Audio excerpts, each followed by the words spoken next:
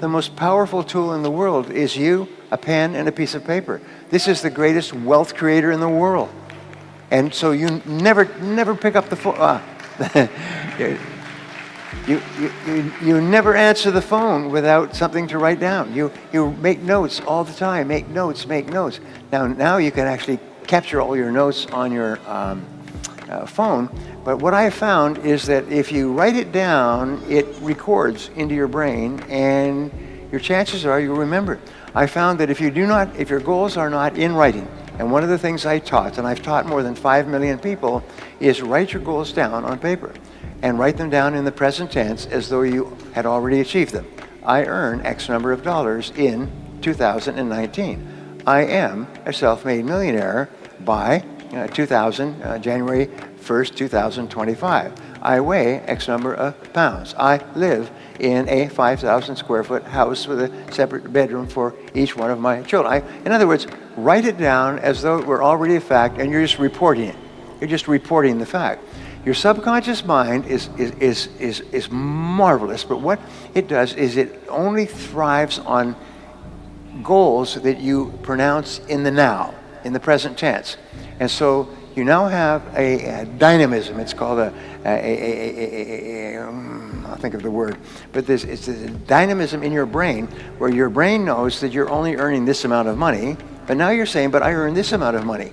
Your brain knows that you're not a millionaire, but now you're saying, I am a millionaire. And so your brain goes to work to close this gap between where you are and where you want to be. And your brain starts to work 24 hours a day. And it works and it gives you ideas. Each person here has what is called the superconscious mind. And this mind has been talked about for 5,000 years, and some call it the oversoul, and some people call it the God mind.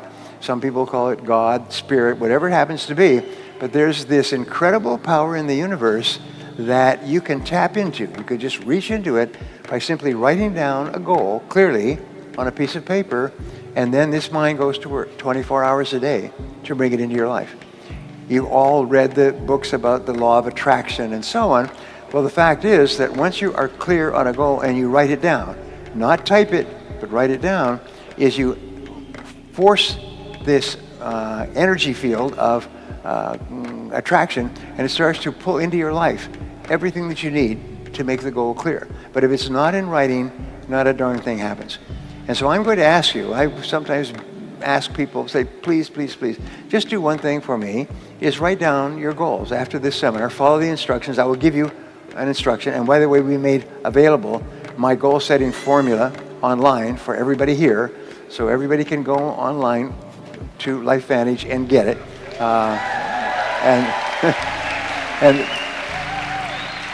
Because it will save you 10 to 20 years of hard work. Your life will transform. It's almost like taking some magic elixir. Your whole life will be different. So anyway, what you do is, I said in life, every person has a turning point, and the turning point comes when you set upon a major goal. When you decide upon a major goal, and since you're going to be working for money in business all your life, you might as well set a goal to earn a lot of money. You see, in life, you can earn a lot or you can earn a little. And if you have a choice, I recommend to you that you choose a lot, okay? Because if you don't choose a lot, by default, you automatically get a little. And there's 80% of the population out there is wandering around and complaining about successful people, life's not fair, and so on. No, because once you are clear about your goal, you start to see all kinds of opportunities, things that you can do that you hadn't thought of doing that move you faster toward the goal and move the goal toward you. You activate this field of magnetism and you start to attract into your life people and circumstances who help you to achieve the goal, and you help to achieve their goals. I mean, it's the most amazing thing. And it is true, and it has been true for thousands of years, and it is the great secret of success. Number one is decide exactly what you want. Einstein said that if you cannot tell your goal to a 6-year-old child and have the 6-year-old child explain it to another 6-year-old child, and both of them understand it, then you don't know what your goal is yourself.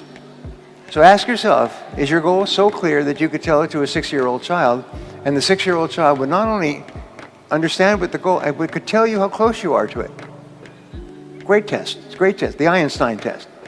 Number 2 is write it down. Write it down, write it down, write it down. There's nothing more important than writing down your goals. Because if it's not written down, it's merely a fantasy. Now, they've done a whole series of studies at Harvard and Yale and Cornell and so on about the difference between students who type their notes and students who write their notes. The students who write their notes all get straight A's. The students who type their notes forget everything before the end of the day. Because writing forces you to use 3 abilities. Your kinesthetic ability, your physical ability of writing, your audio ability, you see it when you're writing, and your auditory ability, you say it to yourself when you're writing. So you activate the 3 major parts of your brain simultaneously, like a laser beam from a space station, zap, onto a piece of paper, and your subconscious mind accepts it as a command, and your superconscious mind starts to work on it 24 hours a day. Just write it down, write it down.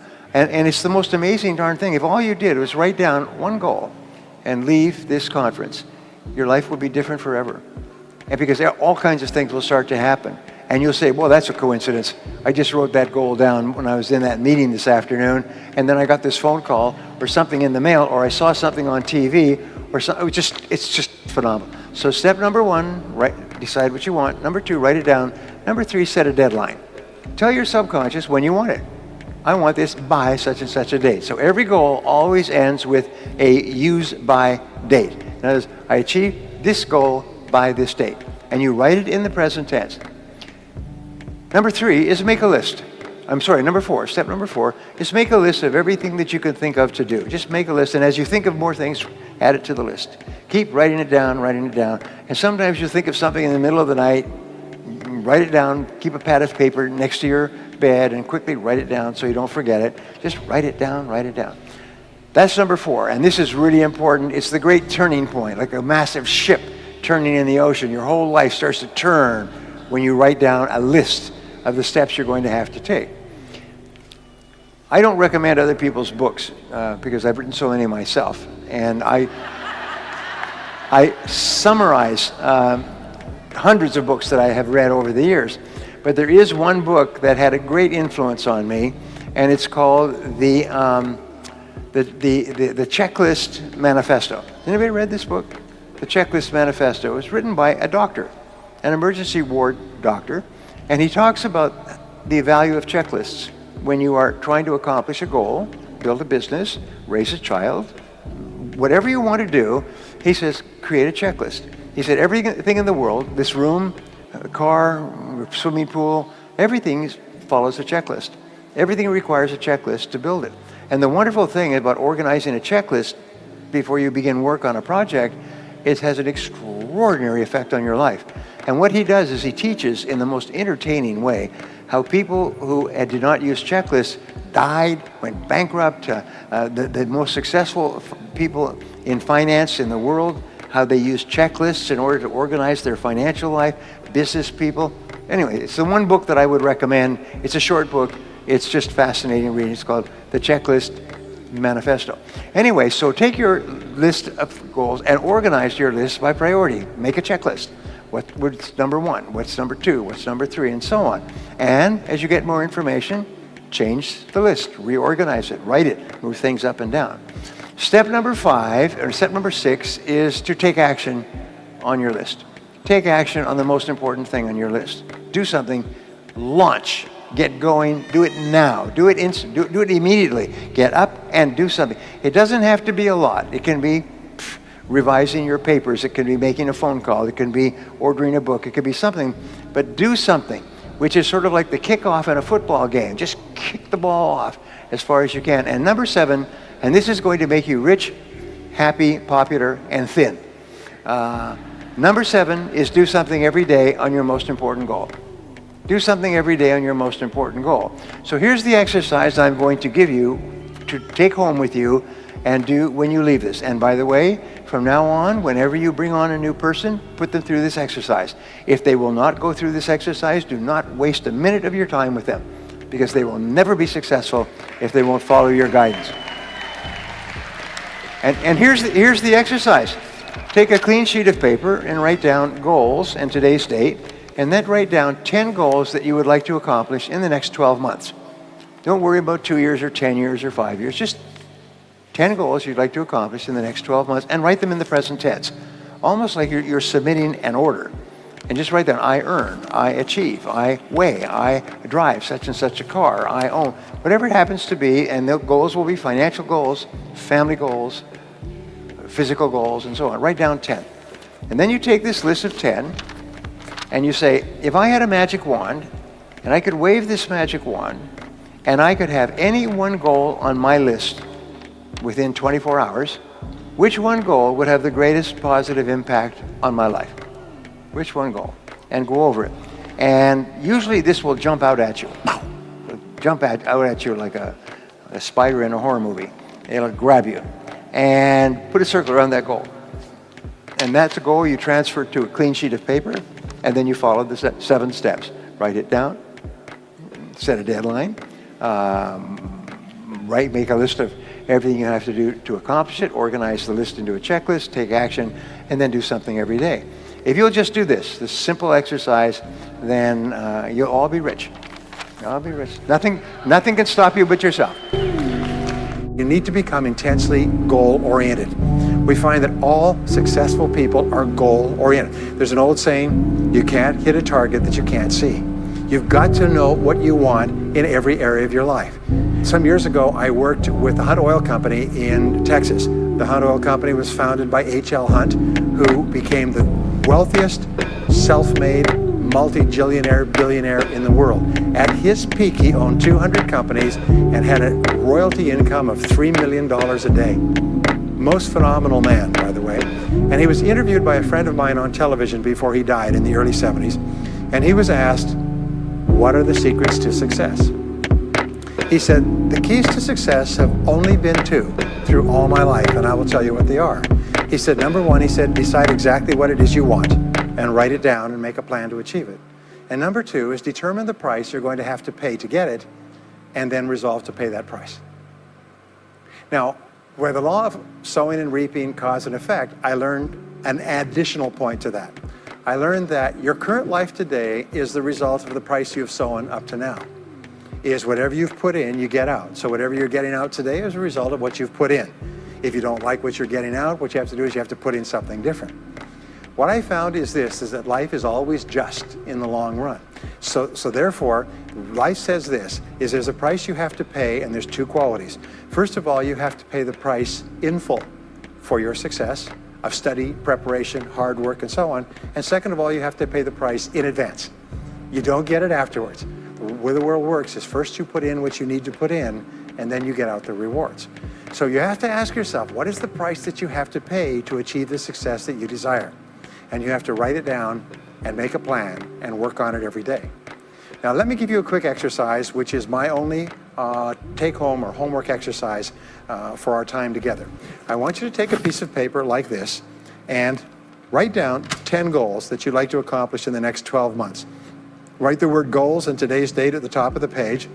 Write down 10 goals you'd like to accomplish, and then ask yourself this great question. If you could only accomplish one goal on this list, but you could accomplish it within 24 hours, which one goal would have the greatest positive impact on your life? Now this is a great question because it'll usually jump out at you. You say, that's the one. If I had this, that would have more of an impact on my life than anything else. Sometimes it's a financial goal, sometimes it's a health goal, sometimes it's a relationship goal. But whatever it is, put a circle around that goal and then turn the page over and write it at the top of the page, set a deadline on the goal, make a list of everything that you could think of to do to achieve the goal, and then begin working on your list. And here's the kicker, do something every day.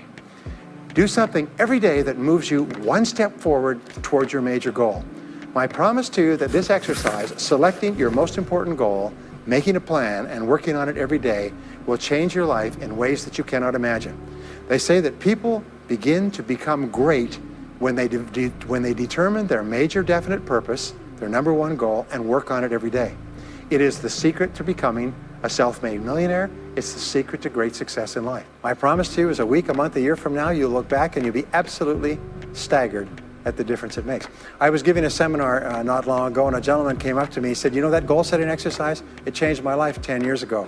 He said, I was broke, I was divorced. He says, I was an alcoholic, and somebody dragged me to one of your seminars. He said, and I did that exercise, and I picked my major goal. He said, it changed my life. I said, in what way? He said, today, he said, I'm worth $40 million. I said, wow. He said, yes, and I owe it to that lesson. For people in management roles, goal setting is absolutely essential to motivating employees and creating an environment where they can win and feel like winners. The 10-90 rule in SMART goal setting says that the first 10% of the time that you spend developing absolute clarity about what is to be done, you will save 90% of the time once you begin.